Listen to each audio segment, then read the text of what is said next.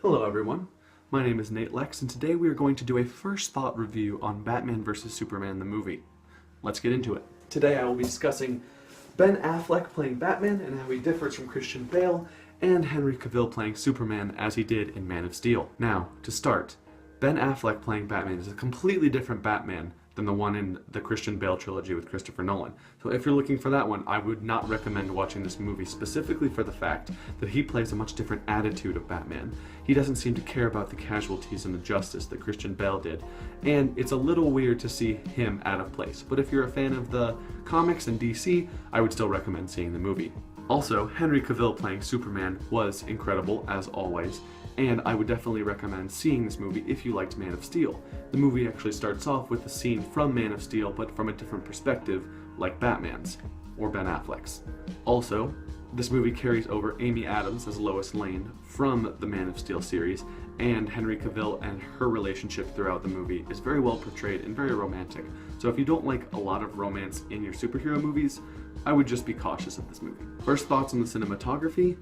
Beautiful. I saw this in IMAX personally, and it is an impeccably beautiful movie. I could not tell you the difference between seeing it in a regular movie theater because I didn't see it in there, but if you do get to go see IMAX, the difference is incredible. Now, I bet you everyone's wondering, how did Jesse Eisenberg do as, yes, Lex Luthor?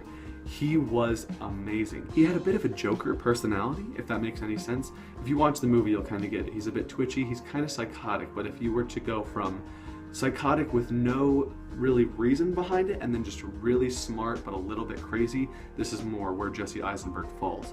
But he's not the traditional Lex Luthor in he's big and muscular and bald, because, spoiler alert, he doesn't get his head shaved till the very end of the movie, which is what I was waiting for the whole time. Now, for a couple of spoilers, so if you don't want any spoilers, I would just click out of this video right now.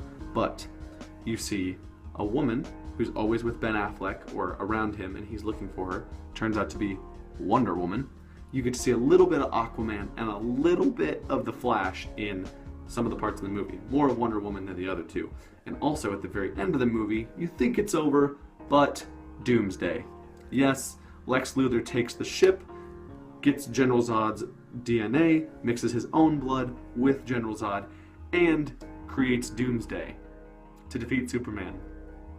Spoiler alert, again, we're in that part of the video anyway.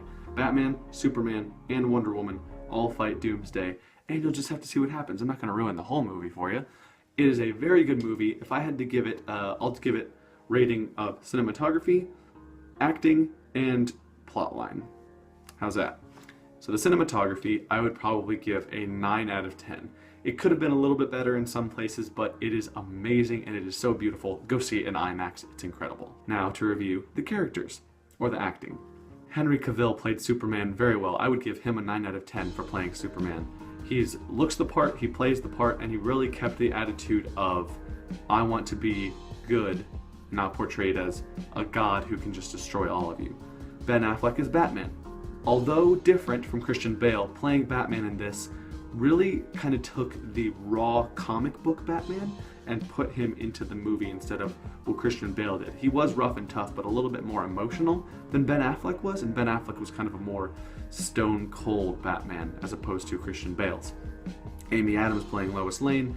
There's not really much Lois Lane because she's not the main character, but she did play it very well. Wonder Woman, amazing, and I love the hint dropped in the way she's set up in the movie to be revealed. Aquaman and the Flash, there's not enough really to be shown, but I think that they play the characters well for what is given. So guys, the plot, or the plot line, I'm gonna give a 8 or 9 out of 10. It's very good, and there are some very good lines in the plot, but there are some little errors that I think could have been addressed or could have been fixed, or maybe they're just to infer. So it's all up to you, but I give it an 8 or 9. I'll give it an 8.5. So guys, to sum up, overall, I would give this movie about an 8 or 9 out of 10, 8.5, because there are some little errors in the plot line and the characters are a little different from what I enjoy personally, but it's a very good movie. I recommend you go see it in IMAX. It's totally worth seeing, and I hope you guys enjoyed it. My name has been Nate Lex from LexCorp, and I will see you guys in another video. Goodbye.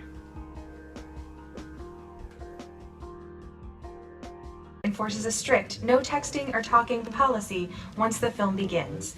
We also ask that you not record any images that appear on the screen. If you are caught doing so, you will be asked to leave.